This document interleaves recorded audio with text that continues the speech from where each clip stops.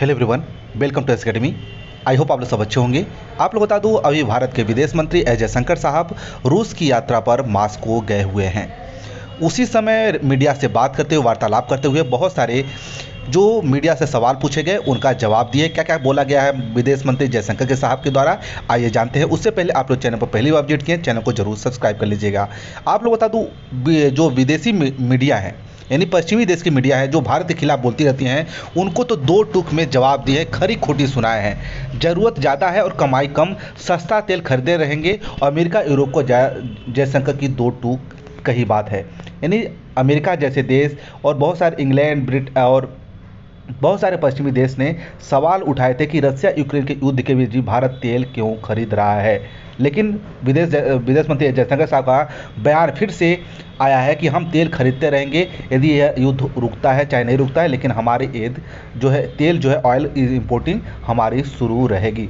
आप लोग बता दूं कि इसमें ये भी बोला गया यूक्रेन में और रूस में जारी जंग के बीच भारतीय विदेश मंत्री एस जयशंकर ने एक बार फिर से मॉस्को पहुंचे हैं। उन्होंने इस दौरान अपने रूसी समकक्ष सेर्गेई लारोव से मुलाकात की। एक बार फिर से यूक्रेन युद्ध को लेकर शांति का संदेश दिया। उन्होंने कहा कि भारत पूरी मजबूती के साथ यह कहता कि संवाद की ओर वापस लौटना चाहिए।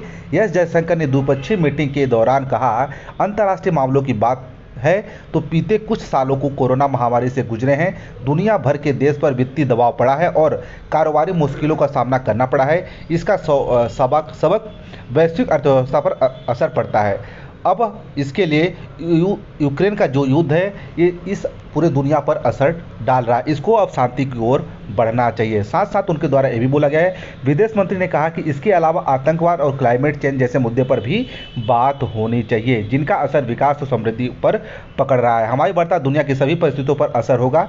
इसके लिए क्षेत्रीय मसलों को हल भी हमारी बातचीत से निकलेगा। यह जयशंकर ने इस मौके पर रूस और भारत के संबंधों का जिक्र करते हुए कहा कि हम हर स्तर पर हमारे रिश्ते बेहद मजबूत है।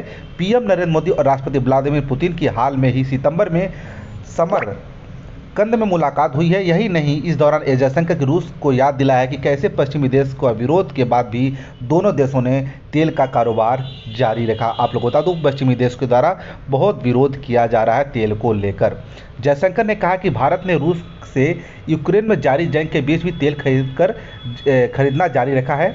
पश्चिमी देशों के तमाम विरोध के बाद भी यह कारोबार जारी रहा। उन्होंने कहा कि बहुध्रुवी और नए संतुलन वाली दुनिया में भारत और रूस के बीच लगातार संबंध कायम रहे। हमारे रिश्ते लंबे समय से रहे हैं और एक दूसरे पर हमेशा भरोसा कायम रहा है।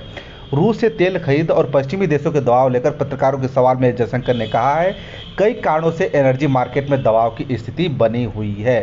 साथ साथ उनके द्वारा यह भी बोला गया, रूस से रिश्ते से हुआ फायदा, तेल खरीद जारी रहेगी।